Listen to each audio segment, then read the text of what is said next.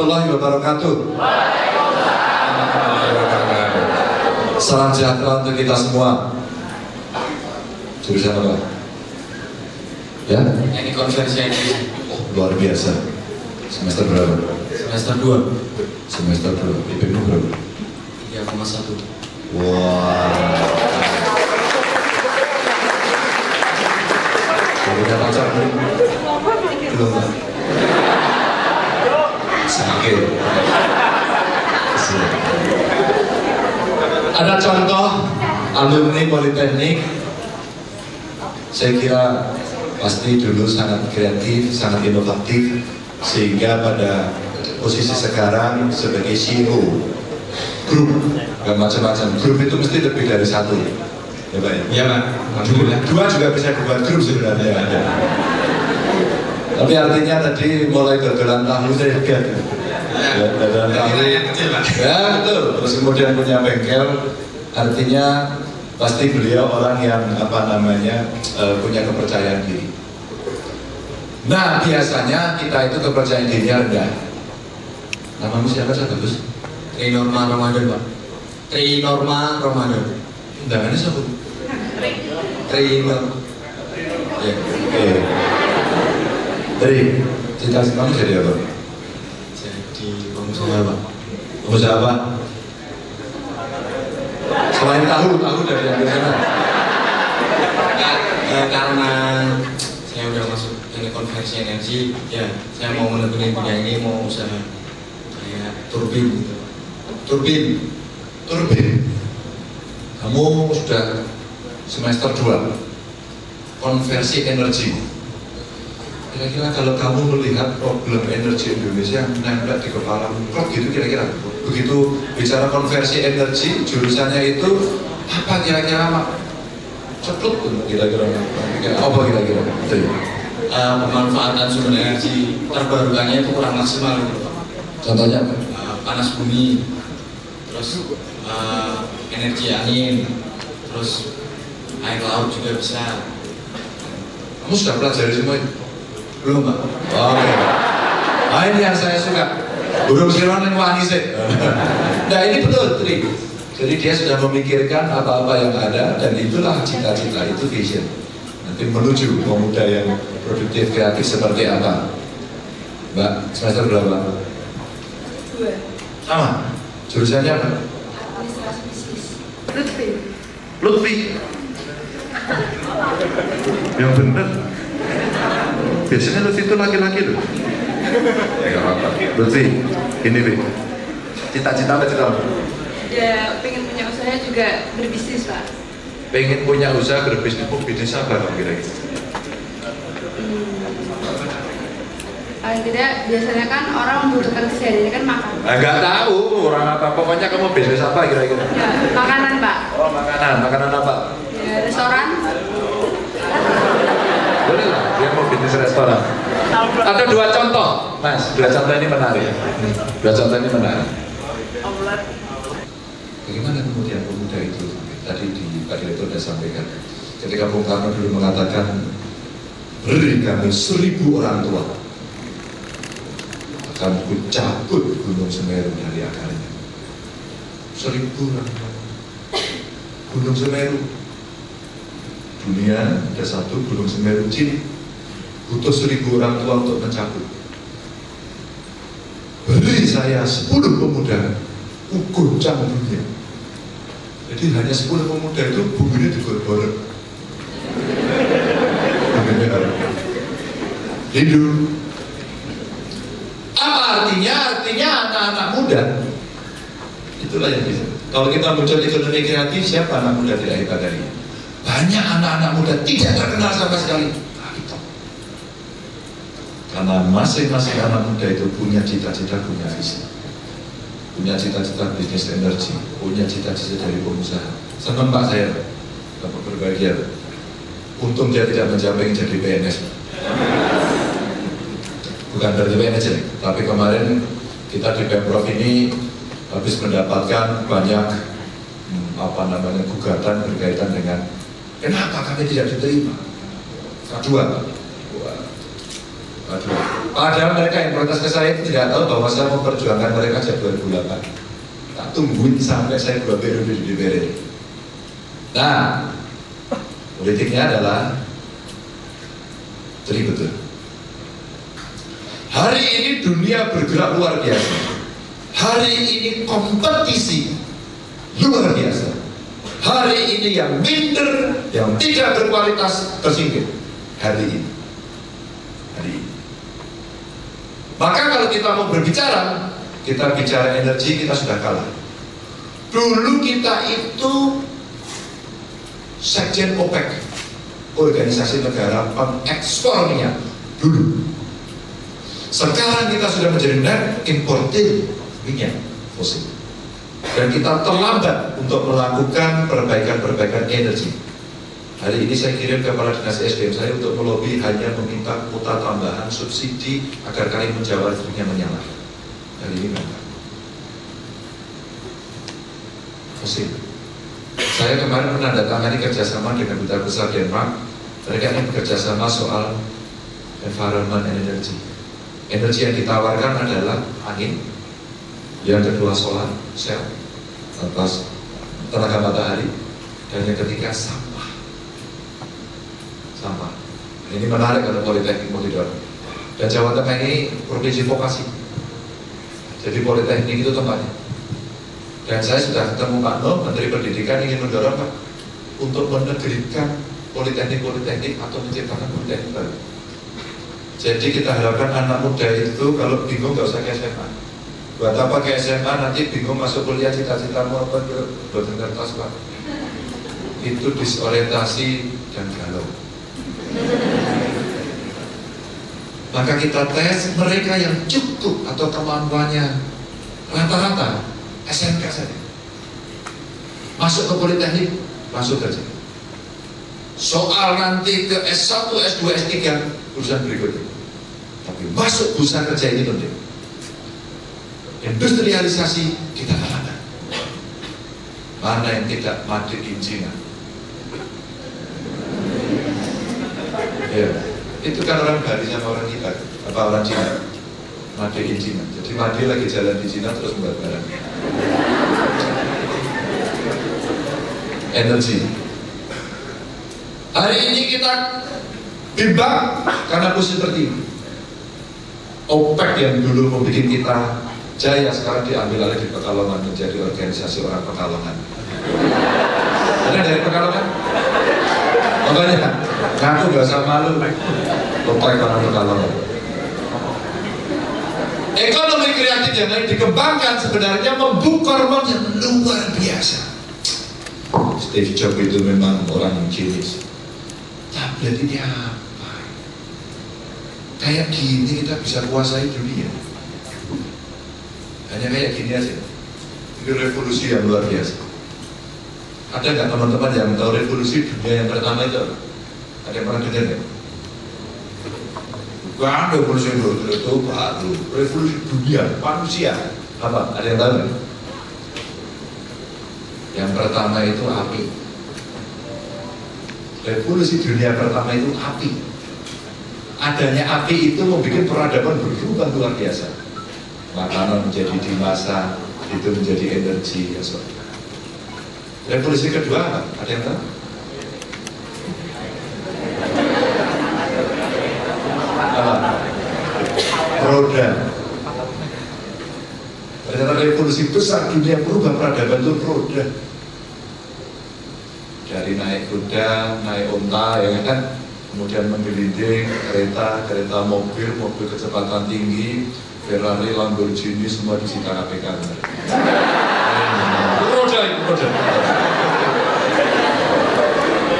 Roda.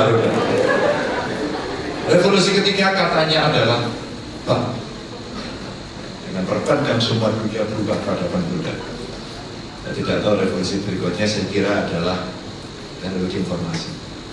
Nah, sekarang kita masuk dunia itu. Nah, kalau kita bisa mengambil posisi itu, kita akan menang. Sebagai negara yang pernah punya minyak, hari ini negara asing menguasai hampir seluruh sendi ekonomi. Energi kita udah semua dikuasai asing. Ingat kan suap SKK migas dari Karmul itu? Masih ada yang bilang. Dan banyak lagi. Kita bicara produk-produk apa yang kemudian tidak dikuasai asing, termasuk TP, beli. Kita mau bicara apa lagi? Perbankan semua, keuangan semua.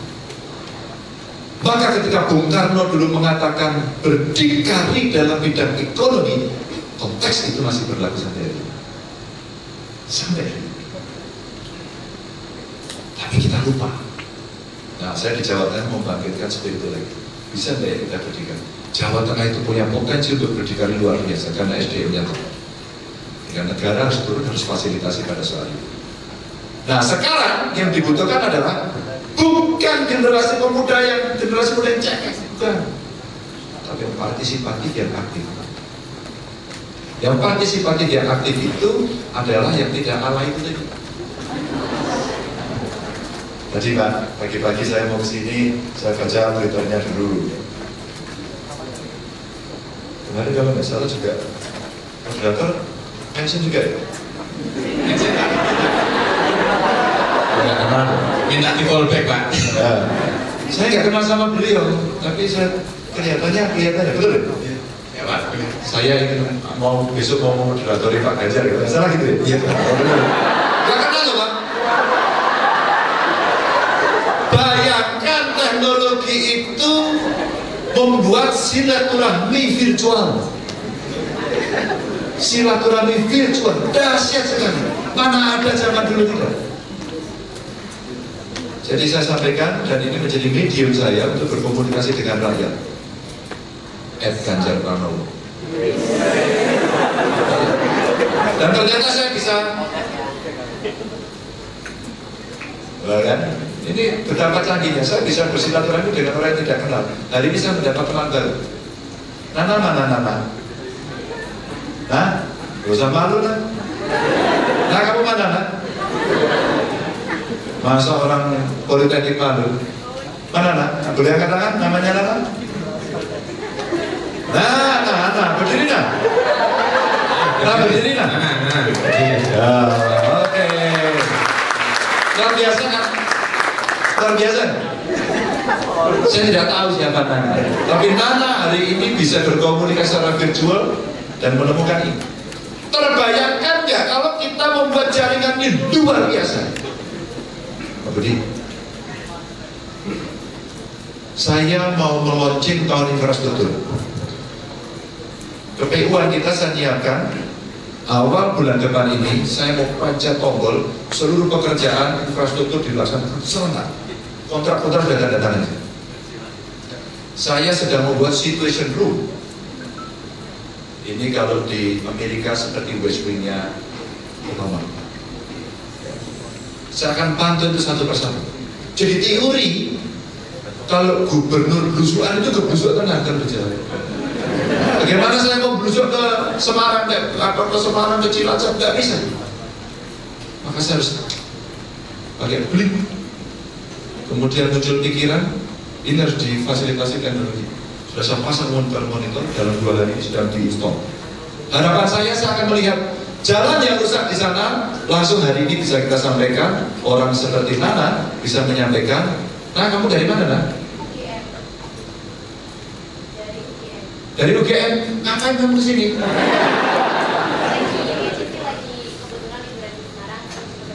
Luar biasa, liburan aja ke politeknik loh Pak.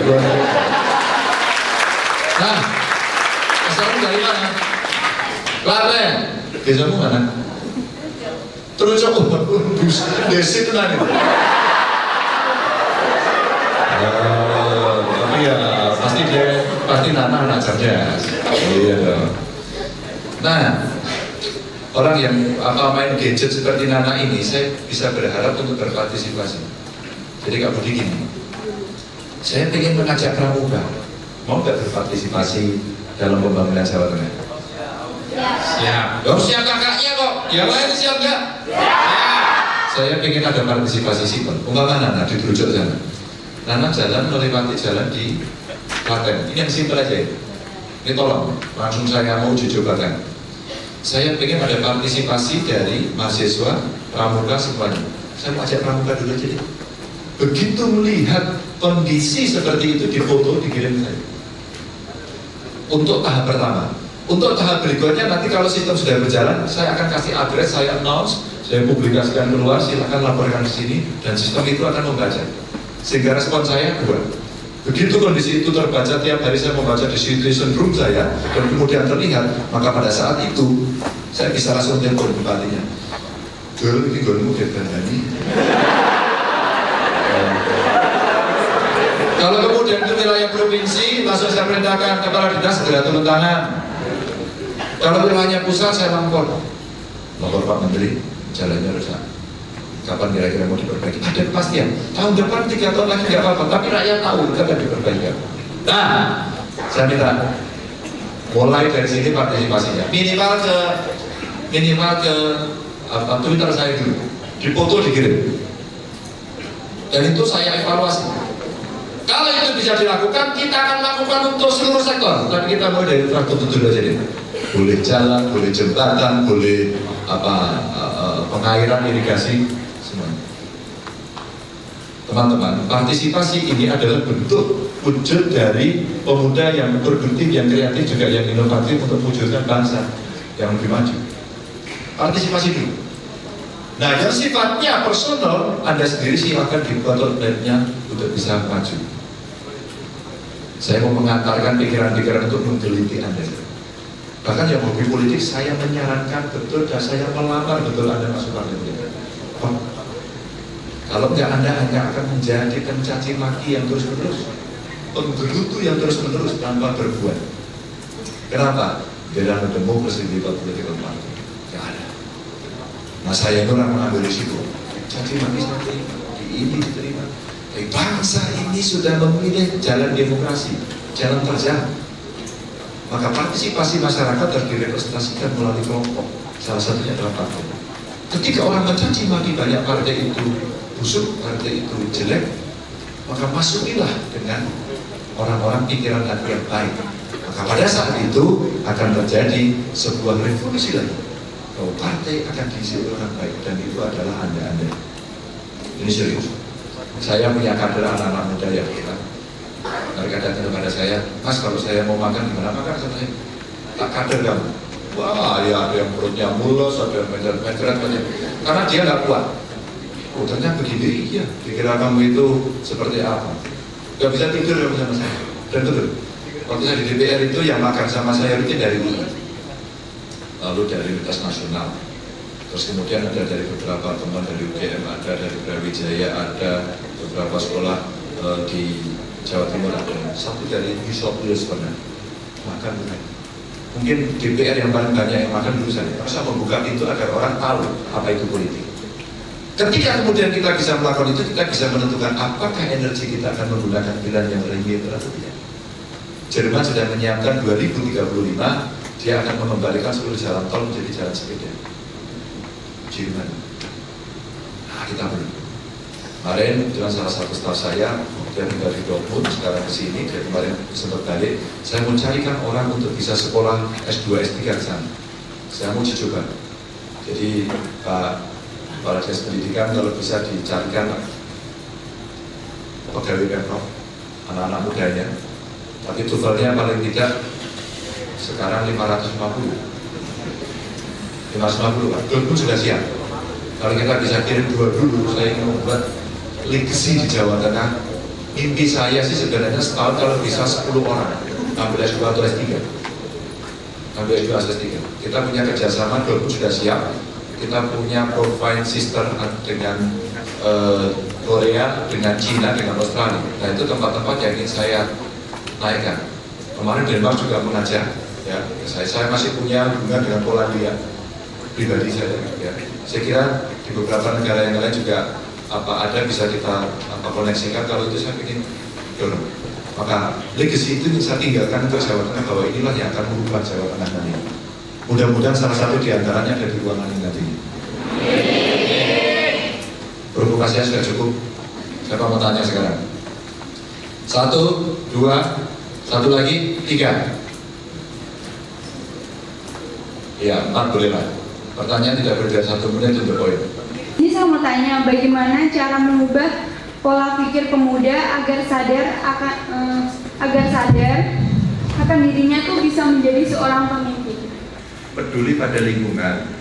Kalau ada banjir, daripada memaki-maki Pak Wali Kota di Semarang atau memaki-maki gubernurnya, turun aja, bantu pikirkan.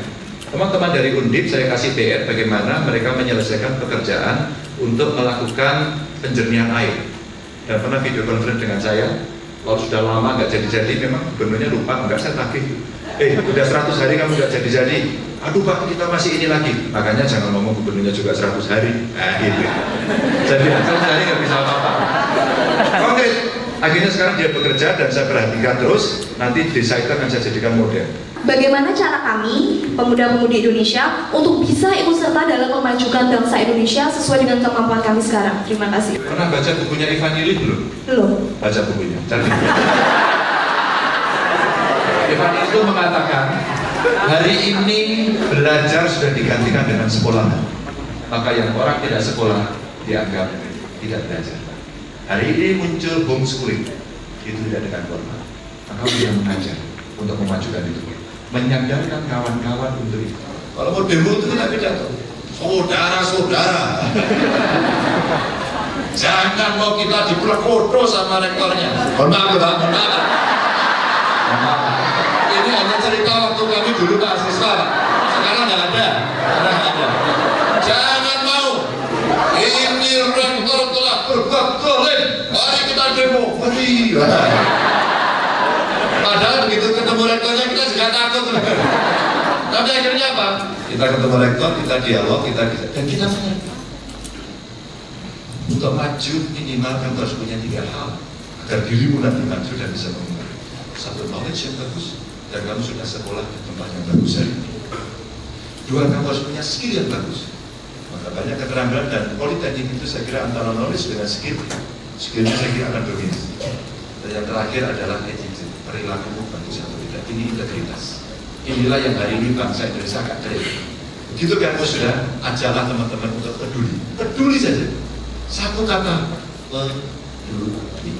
Begitu kita kamu ajak, kamu lihat lingkungan terkecilmu, kamu lakukan. Bagaimana caranya? Saya sih berharap Pak Direktur kalau bisa politeknik punya program apakah bentuknya magang, apakah bentuknya kuliah kerja nyata gitu ya. Kerja nyata sifatnya tematik untuk menyelesaikan problem. Umpama tadi Sitri ini konvergensi energi, coba kita buat satu desa, dibuat binaan gitu kan, untuk membuat energinya apa? Umpama solar, umpama sampah, umpama kotoran gitu kan, gasmu juga boleh. Itu ya. Lanjut. Edi sama nama rektormu juga Edi. Ya, Edi Baskoro. Edi Baskoro. Kok kamu tahu?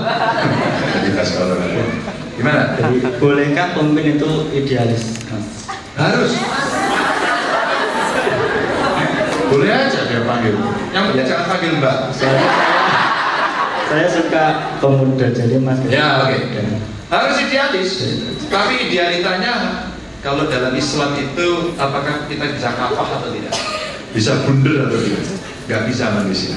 Pasti idealis itu menjadi sebuah cita-cita, menjadi sebuah vision, dan kemudian kita akan mencapai ke sana, mencapai ke ujung.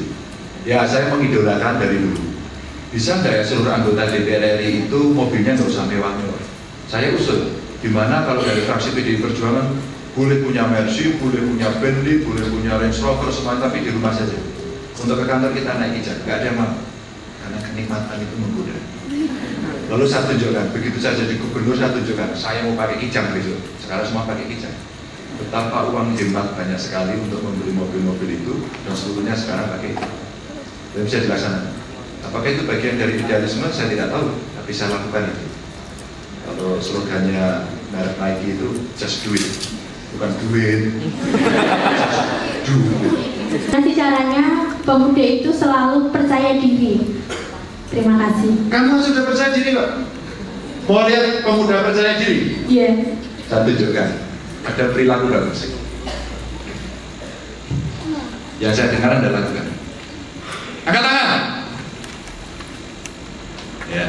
Yang paling cepat dan tegak itu yang percaya diri, yang berikutnya itu setengah-setengah, yang tidak itu sebenarnya perang. Simpel. Keberanian orang melatih kepercayaan diri itu adalah angkat tangan. Siapa yang mau tanya? Saya berisi. Jadi ketika siapa yang bertanya, berani angkat tangan itu. Dan yang menarik Pak Direktur, biasanya kalau dia tanya, siapa yang mau tanya itu yang tanya pertama mesti perempuan. Jadi perempuan itu kayaknya mengalami evolusi luar biasa. Termasuk keberaniannya, lebih pintar, lebih ini. Maka kalau kita bicara kesetaraan gender akan ada. Membangun kepercayaan diri. Membangun kepercayaan diri berikutnya adalah kamu harus sering berkumpul dengan orang, berinteraksi dengan orang. Nah, banyak hal kemudian kamu harus berbicara di depan umum. Kalau kamu sering berbicara di depan umum, maka kamu akan terbiasa. Biasanya dimulai dengan salah, jelek, paku, ramuturi. Jangan takut. Jangan takut. Saya ini orang yang takut berbicara di depan umum sejak mahasiswa. Tapi nggak tahu kok saya bisa begini. Artinya apa? Proses itu saya lakukan, proses itu saya ikuti, kemudian akan terbentuk. Nanti ada teorinya. Saya pernah diajari oleh orang yang tidak pernah saya lupakan, namanya Pak Wolfgang. Pak Wolfgang itu orang Jerman, melatih saya soal media training. Jadi public speaking, dan itu di depan kamera. Dan itu ada rumusnya. Ada rumusnya, ya. Jadi kalau kita ngomong, kita berdiri itu, kita harus bisa latihan ngomong statement 8 detik. Statement 8 detik itu artinya kita akan mikir kalimat apa dalam 8 detik itu yang bisa pas. Maka saat itu seluruh pikiran kita akan bicara. Maka begitu saya bicara kayak di depan kamera, kita selalu kemudian otak kita sudah bekerja.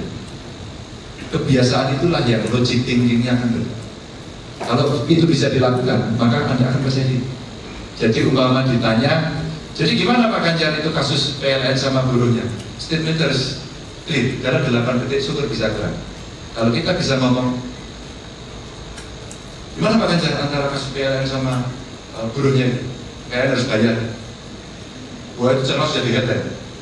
PLN harus bayar. Headline. Baru pertanyaan berikutnya, dia ngomong mendalami, kenapa harus bayar Pak? Karena sudah diputuskan oleh MA. MA adalah pengadilan tertinggi dan itu inkrah, sudah mempunyai kekuatan hukum tetap. Pertanyaan kedua. Pertanyaan ketiga, biasanya wartawan itu nanya lagi, kamu gimana Pak ini?